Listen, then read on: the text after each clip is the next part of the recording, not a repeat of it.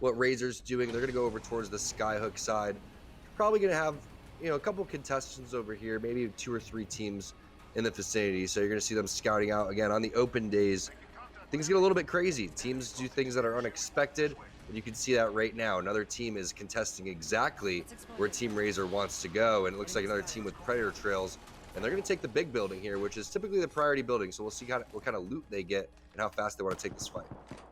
Yeah, for Razor, this means that they will have control over the trial side of all of this right now. But oh boy, Case Winnie already getting a knock there. Now, you mentioned it. It does change up open registration night versus pro night when we have Team Liquid and other squads that will contest here for Skyhook. We do have a bubble being used by this team that is right next to Team Razor for now, but they're going to continue looting and stick together. Unfortunately for Muffins, he hasn't been able to find an armor quite yet, and we have 2 teams in the area. And so it's the Croissant Warriors. Case Swinney was there already to be able to get a knock onto one player, and Razor are going to help out in that regard, and the Croissant Warriors are just going to back away off of this one. So right now, taking a look at the compositions, we do have Nasky from Cooler, of course. He's going to be picking up the Horizon for this squad, and so we're seeing some Wraithless comps being pulled out, teams really trying out and testing out the waters. Look at this strategy coming out from Croissant Warriors. You guys think that we don't know you're in the tournament if you change your team name each week? That's not how it works. Guys, we know who you are. There's no hiding from us. All right, let's see what the Memekins are up to. Looks like they contested over towards Sorting Factory side, and they already dropped one player on their team, and it looks like Team Pringles is extremely healthy. Nice R9 shots there coming in from Phony. He's connecting on basically every single burst. They see that player on the ground. They have the Octane pad there if they want to go and use it.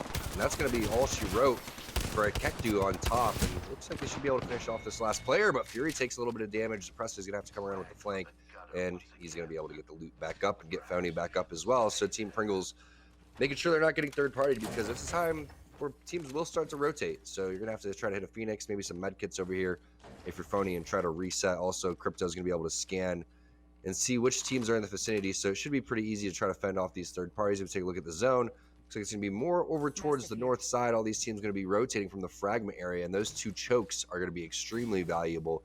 You can see exactly what Croissant Warriors are thinking about playing, and they're going to go right over towards the tunnel, thinking that it's going to be that ending either maybe towards the truck over there, sometimes over towards the sniper posts. But it's going to be interesting to see which way this one pulls. Yeah, the power positions, like you said, talking about the truck right now. Team Cheez It, though, trying to make their way through the vault tunnel by their drop over at Lava City as the scans do come out. Looks like probably one of them does have the vault key, and their loot already looks good. Prodigy Aces with that purple armor. Joey Blackout's got the blue, and Rakanishu is the only one there sitting on an unupgraded one. But hey, they do have the gold Guardian Angel backpack along with an additional purple armor on board with TPL now. Over here on the northeast side of Skyhook, inside the train tunnel, we did see, like you were talking about, a lot of squads starting to make that rotation, trying to find the priority position. But TPL are just trying to slow play this one for the time being. Already down to 17 squads, 51 players remaining before this zone even starts closing now. Team Rockstar find themselves with a squad ahead of them here in Lava Fissure. One of my favorite things about the vault is pretending like I forgot the key and left it on the ground, and then wait for all of my teammates to leave the vault, and then I open it up by myself and get all the loot. Guys, just a little quick tip, it works every time. Charlotte Phoenix, not giving up any strats here like Tom, but it looks like they do have a squad ahead of them. I believe it was Pride had taken some damage throughout this rotation. Now we do have players and teams kind of prioritizing that beacon building just to the west of them currently. And so they might have the same ideas ahead of them, but we do have Team Cheez It in a fight now. Team Pringles not wary to this push. I've already lost out on 2-1, actually, as Prodigy Aces is getting pushed now by Rakanishu. The nades will clear that, but the Caustic will slow them down for the time being. Prodigy Aces able to sneak in an Arc Star at the very least, but the canisters are still doing their job, slowing them down, but Prodigy Aces will go ahead and tank that up, take out to Presley, and I believe there's only one player left now remaining for Team Pringles here. As the scan comes down, they do find where he is. So don't know how Cheez It were just able to get on top of Team Pringles there, but they're about to take him out.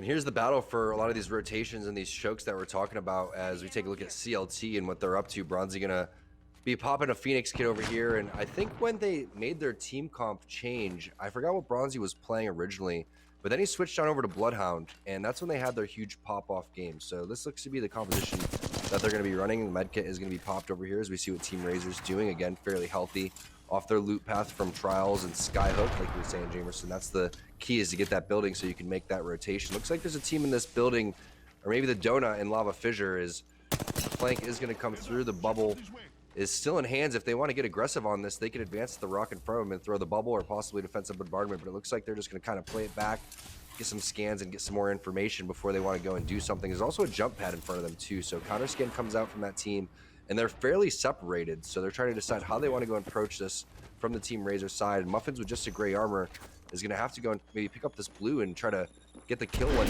there's a little bit split here, and then get a quick armor swap. And that seems to be what the play is. They have one player isolated over towards the side, so they push the two here. Bubble is going to go down. Nade goes inside the bubble, but again, two players inside, and this is going to be Ronnie and Obey over here. Oops, that's Pure Life over towards the side. That is going to be Bambino coming through. Dracos is down as well. Now it's just a 2 versus 1, and Team Razor is going to take that fight again.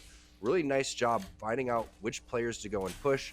Once they realized what they wanted to do, they collapsed on it immediately. But that grenade inside the bubble was pretty deadly.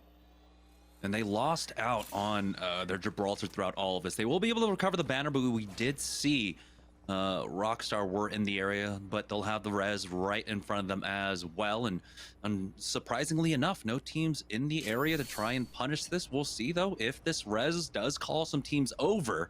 Find out in just a moment, but now they will be able to recover that loot, and we have the early port coming out from Hakulo as well, just preemptive in case.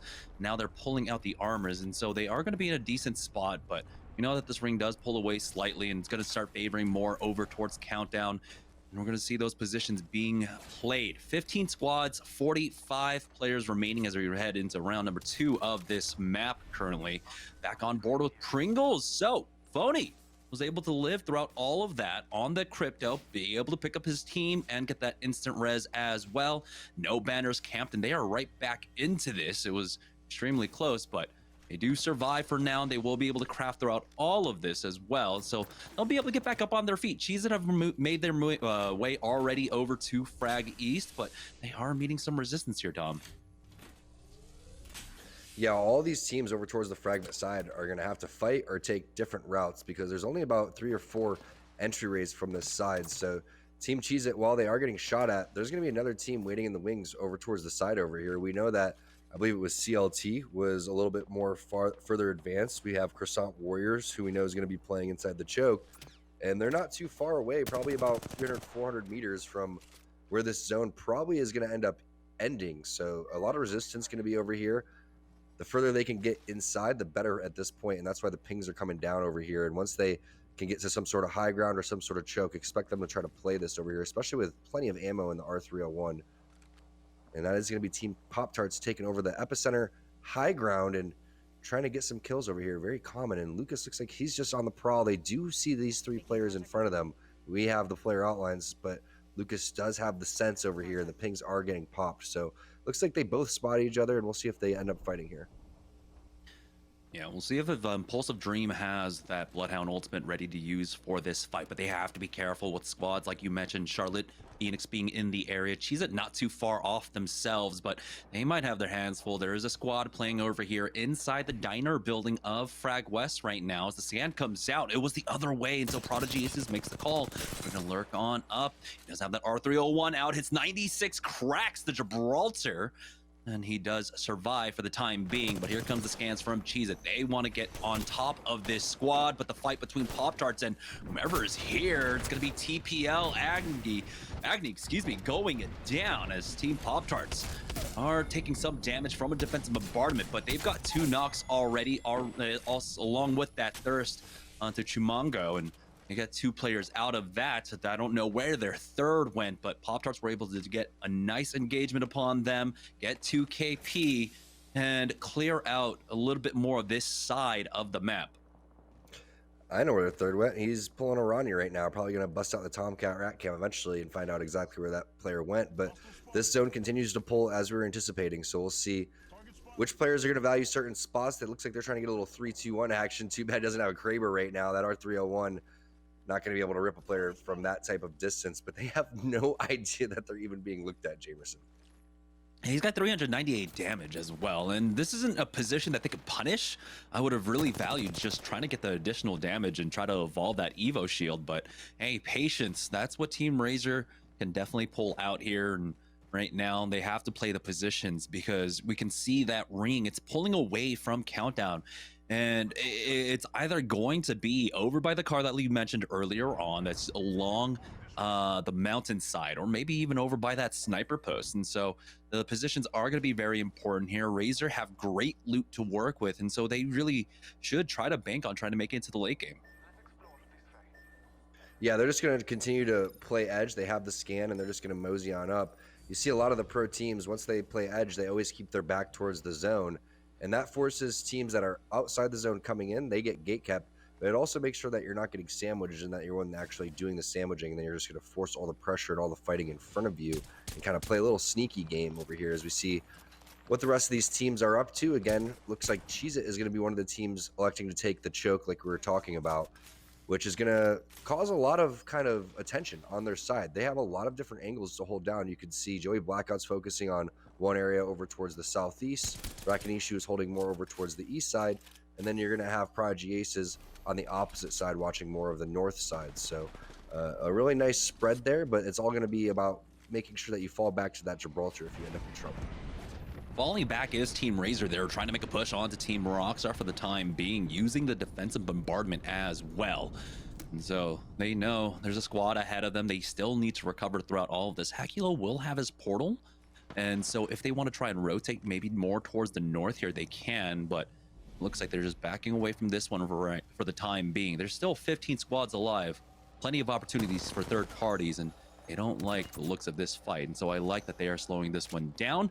But it's Team Applejacks making a play. They have a squad underneath them. We got to see how important this building is in fights for Train, especially holding that high ground position. You can see Duplex got his eyesight on it, but has to watch his back as well. Has the defensive bombardment, but won't be as useful in this position for the time being. I'd like to see some utility being used, but for now, they're just trying to find an opening. It looks like that squad with the crypto, but haven't been able to get much going quite yet. But Applejacks still slow playing this one for the time being.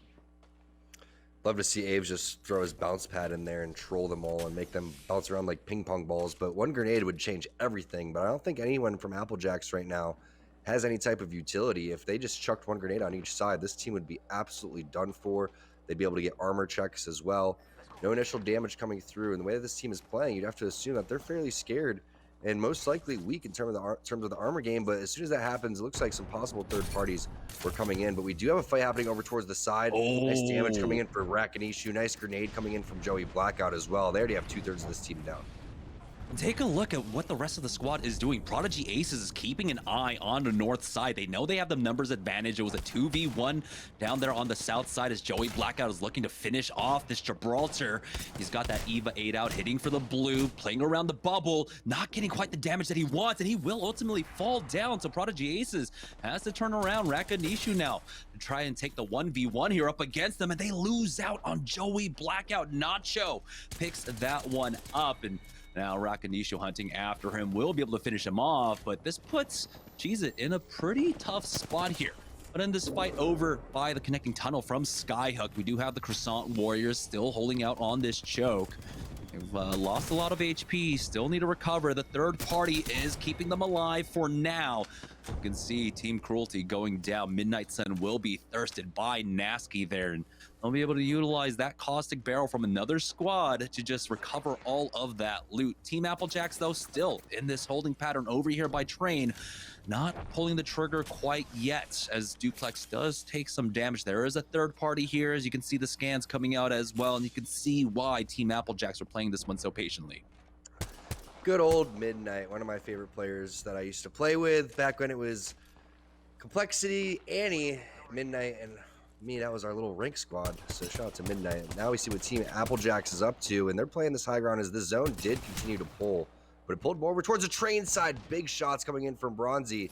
We'll see if they can get this high ground. He's in a train car all by himself. So now Aves realizes that he's going to play that Octane, fly up, stem up, and get to where his teammate Duplex is. Duplex may elect to throw his bubble here to go and heal, and he does. Smart play coming through as the EMP doesn't come through, and that doesn't get rid of the bubble. So Duplex will be able to heal up for free. And you're seeing why it's so important to have your wits about you when you're playing that anchor player Rollers on the Bloodhound, keeping teams at bay with the scan. As we have Pop-Tarts now making their push here. This should be Team Cheez-It, and it is. Rakanisha to go down, and they are out in 12th. Pop-Tarts pick that one up.